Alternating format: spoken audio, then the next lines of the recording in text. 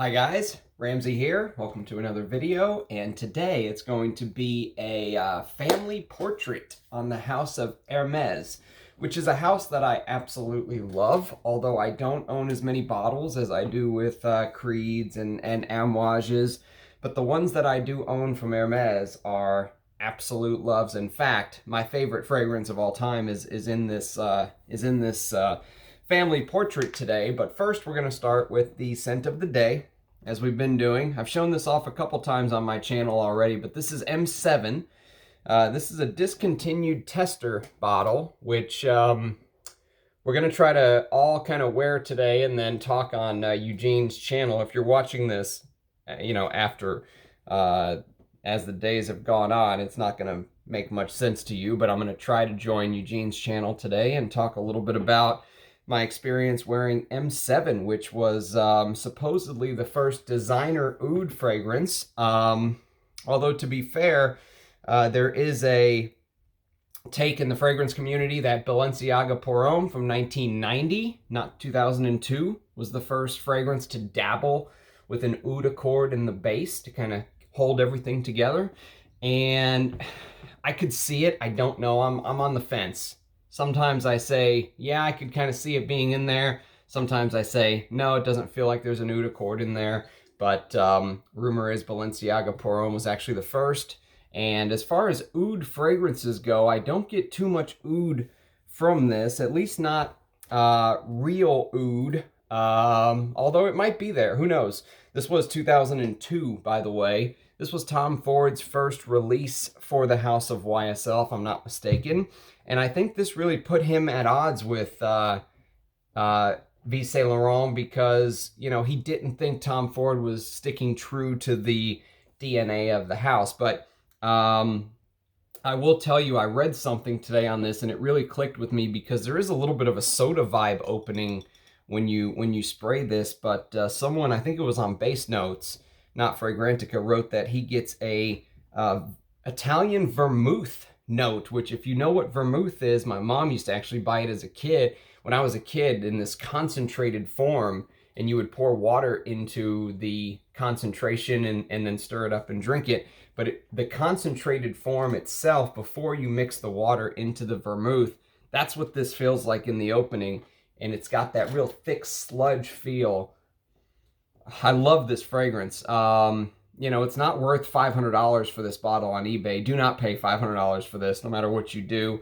I saw a 15 ml going for $200 on eBay today. It's insanity. This is a great fragrance.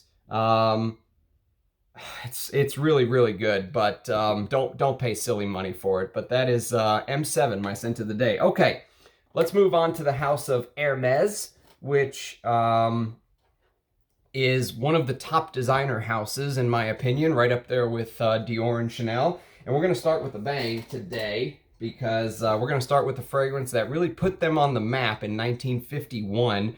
This was launched by, the perfumer was the late, great Edmond Rudnitska, and this is Eau de Hermes. Now, Eau de Hermes is a challenging fragrance to some because it has the note of cumin in it. And this is a flacon bottle. It's a vintage too. If you take a look at the ingredients there, you will see that it only says alcohol, water, fragrance. So that means it's a vintage because the newer ingredients lists are about a mile long. This is back in the good old days when they said, oh, you want ingredients on a perfume? Well, it's perfume. That was that.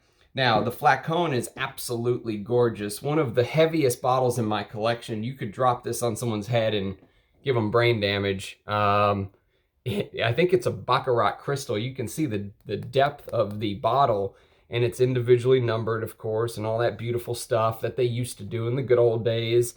But this is from the pewter cap era, and I have to say, I haven't smelled anything else. Haven't smelled the new stuff.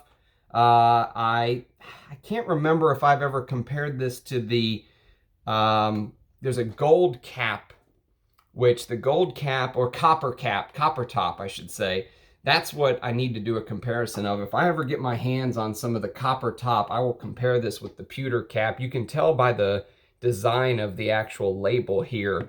But Edmund Rudnitska is widely he is widely seen in fragrance circles as one of the greatest perfumers of all time. And, you know, he did beautiful fragrances like Rochas Femme in 1944. This came out in 1951. It's unisex. Women and men could wear this. But some people actually say this came out in 1949, the same year as the first Hermes silk necktie came out. I don't know what exactly the year was, but this fragrance just, I love the way that it mixes this, you know, there's a little bit of dirt in this, just like, you know, Coro's feels a little bit dirty. And it might have actually been Edmund Rudnitska that said that all good fragrances should shock you in the opening. The first time you spray it, you know, and you don't know what to expect, it should take you back. You shouldn't just smell it and go, oh, that just smells fantastic. No, it should be a challenge to you, and this will challenge you, no doubt about it. Although I think it's beautiful. I think it's his magnum opus. I think it's the greatest thing he ever created. Again, one man's opinion. It has that note of cumin, which will put people off, and it's there the whole time. It's not like it comes and then in 15 minutes it goes away. No, the cumin is there. But it's contrasted with other clean type notes. There's this bourbon geranium in there. There's this cinnamon. You do get the citruses. I could even wear this in the summer, even though I said it has this, you know, some people say cumin gives off this sweat like a cord on their skin. That doesn't happen to me, luckily. And I'm really able to enjoy this fragrance. I just decanted into a sprayer because I like to spray my fragrances. And this is one of the most beautiful leather fragrances. Hermes is all about their leather goods, their leather handbags, their leather horse saddles. And this is kind of what this is reminiscent of. You can see the horse on the front there.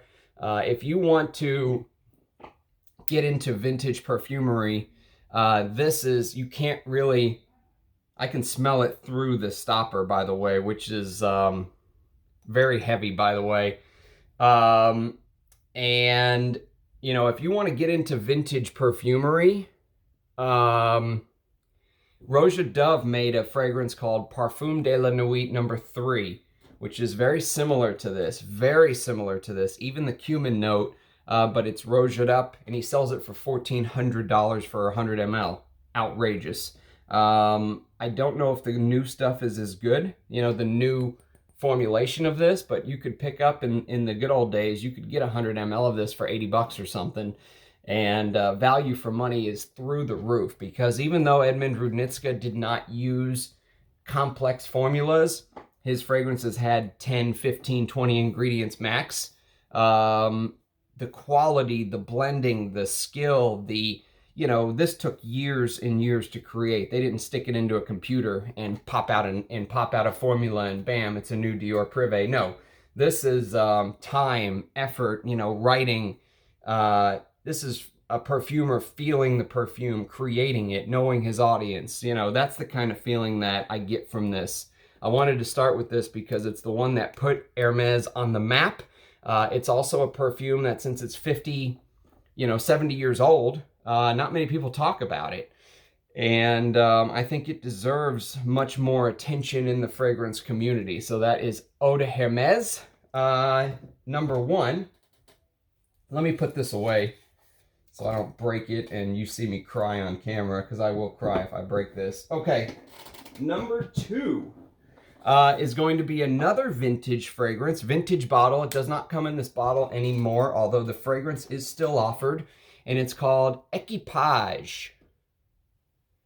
And Equipage is done by another all-time great perfumer, Guy Robert, who created Amouage Gold and Gold Man, which is one of my favorite musky civet, you know, type fragrances.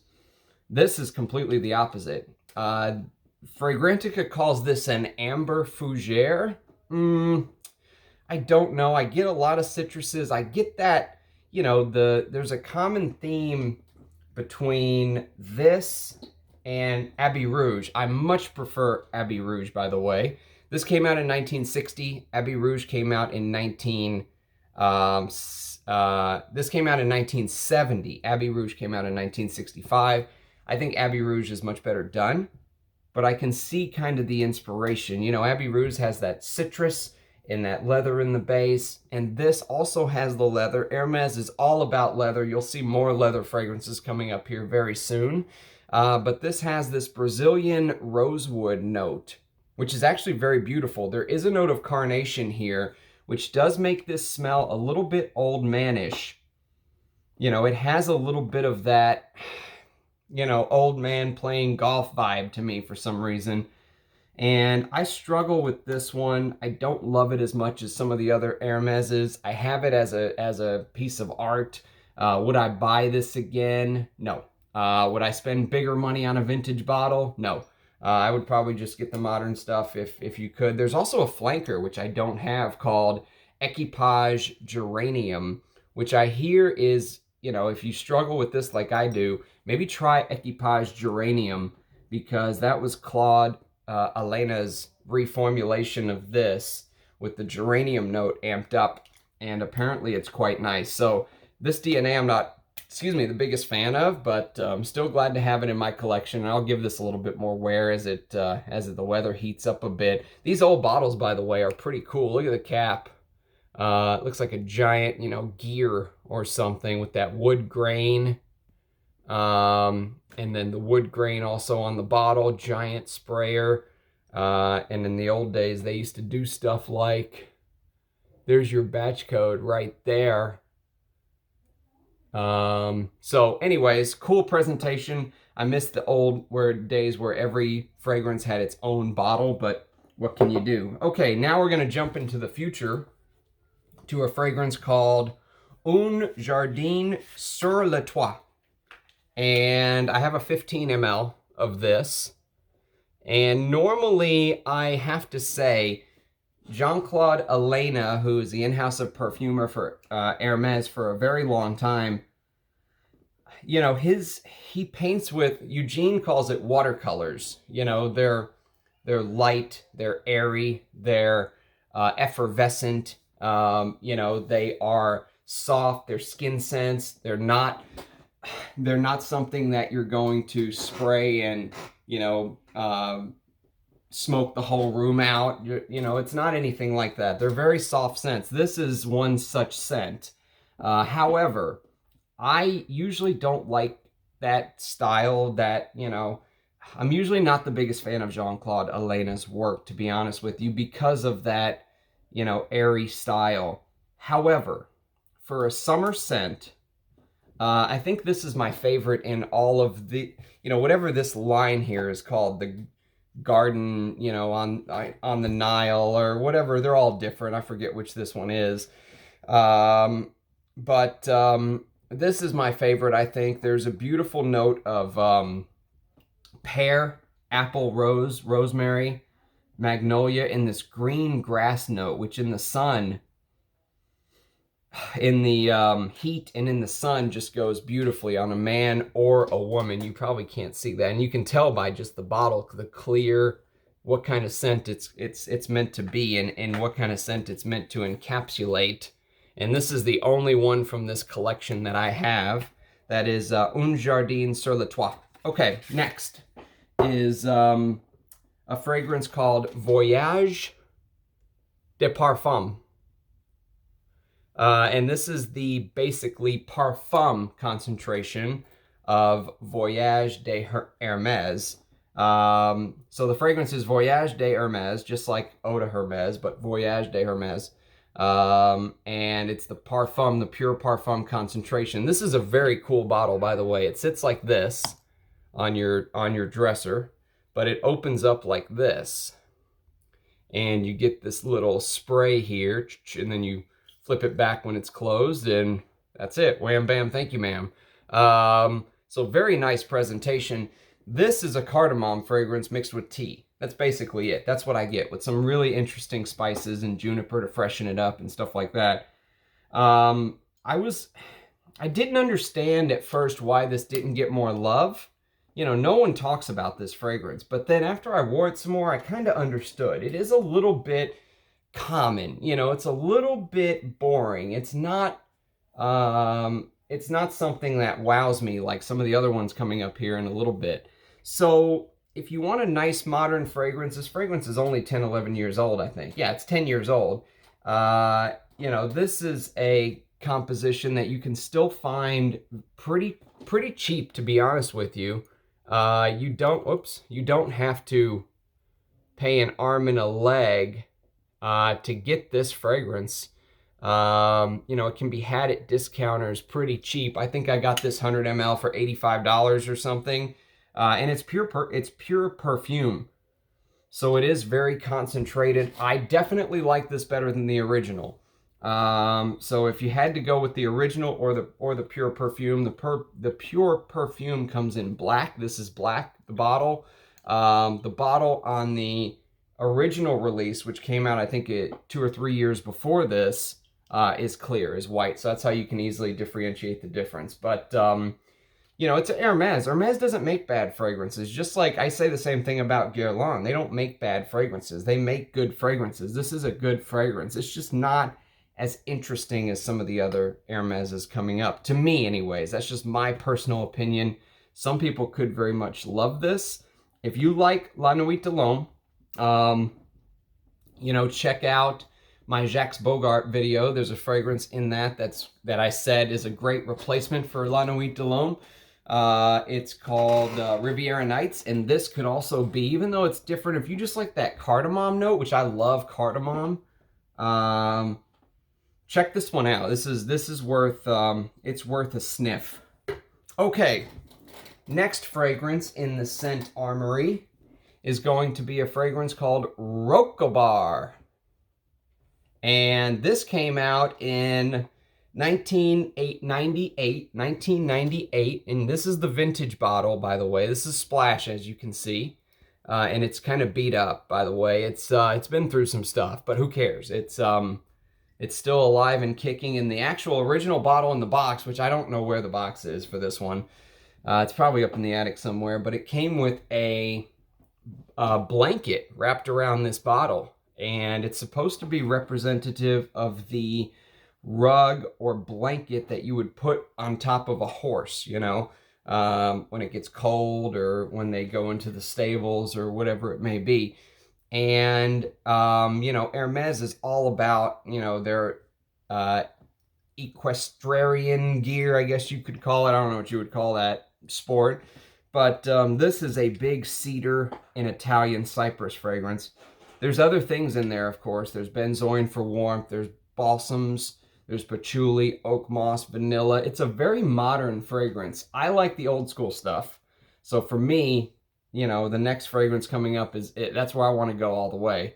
But if you want something modern and you don't want to smell like the 1980s, which I do, but if you don't, this is a great modern fragrance. The new formulation is just as good, believe it or not. In fact, some people say it's even better. I've never compared the two, but, you know, I love my vintage stuff. I will naturally always go for the vintage because I'm always worried about reformulations, whether it's true or not. I mean, these houses have given themselves this reputation of reformulation, you know, fear. They've earned that right from me. And so because of that, I always go for the vintage first without thought. But I do hear the modern formulation on this is quite good, but I've never compared the two with this nose, so I can't tell you for sure one way or another. But if you like the note of cypress, and I know there's some real cypress fans out there, the note of cypress is heavily underutilized. This is one to definitely check out. Well, look at my face there. Okay. Next is my favorite leather fragrance of all time. Maybe my favorite fragrance of all time. If you know the history of Hermes, you know what's coming. This is Bellamy, which I heard Rich Mitch say means good friend.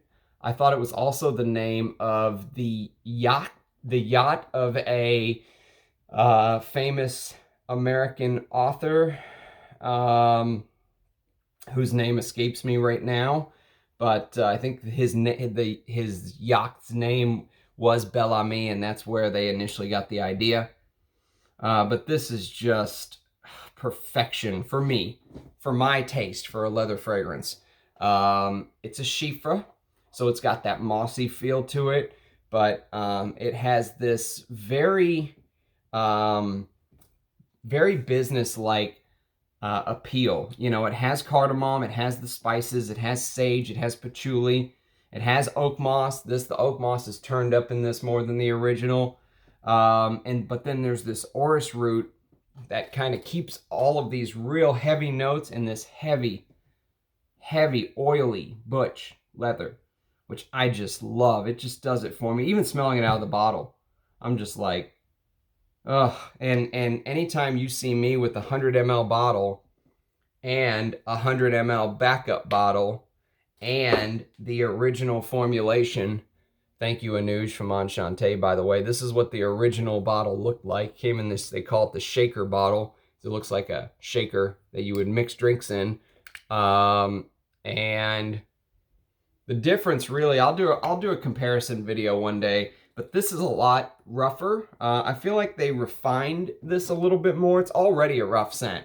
So this one is a little more rough around the edges to me. This is, you know, they took this original formula, which, by the way, this was a flop for Hermes in sales for whatever reason. I don't know why. This is the, you can't do leather better than this. But they took this formula and they, I think, smoothed things out a little bit. This is an early 2000s bottle. So this is about 22 years old, I think. And this is one of the rare occasions where I do prefer the first reformulation. The new bottle looks like the bottle I'm going to show you next. And the new bottle that they house Bellamy in looks like the bottle I'm going to show you next, which is the final fragrance on this list. I said it would be a short one. And this, I'm going to say something that might be controversial to some people, but I don't care. It's my opinion, and I'm always gonna, you know, I hear other reviewers say, oh, I'm gonna keep it 100 with you guys. They're full of it, you know. They're getting free bottles, they're getting whatever they're getting.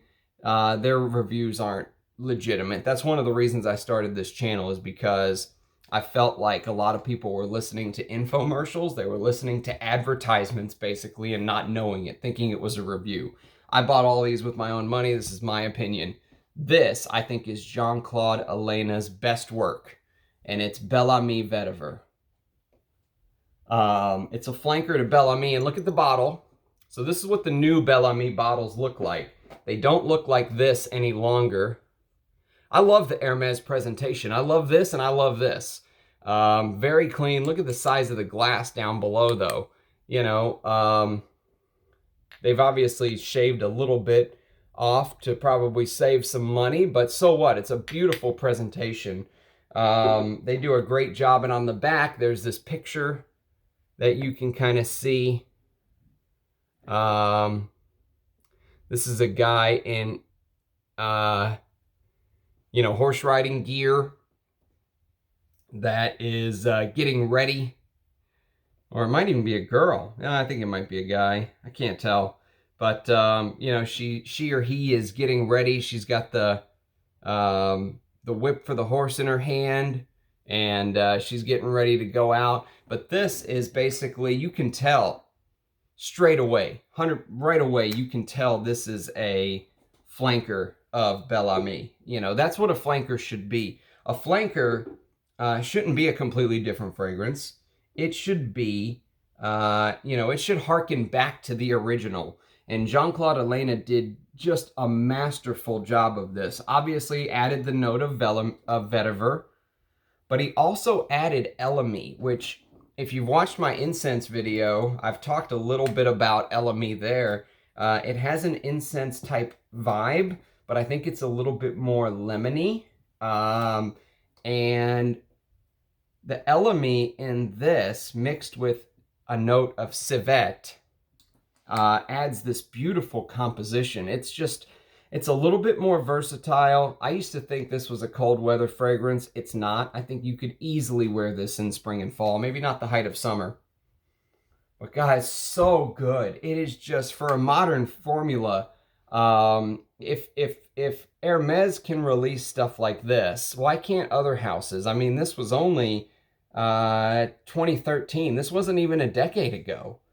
And this is fantastic perfumery. If you can find this for under $100, it is a steal. The value for money for this is through the roof. And again, I think this is Jean-Claude Elena's best work. So, probably my shortest video to date. I'm going to try to hop on Eugene's channel tonight if I get a chance. But I wanted to show you the Hermes family portrait. So, more videos to come. You know, I've been trying to kind of pump these out every day or two to continue putting out content since it's a new channel. I don't think it's even been a month since I've been doing this. But I've loved the interaction with you guys. So, leave me a comment down below. Let me know what you think. Let me know what your favorite Hermes fragrances are. If I was a real YouTuber, I would say, give me a like and a subscribe, but whatever. You guys are smart enough to know to do all that if you like what you see. But most importantly, I really do enjoy the interaction. Let me know what Hermes fragrances are missing from my collection that you think I would like, and what videos you want to see coming up next. So, cheers. Everyone have a great day, and we'll talk to you soon. Bye-bye.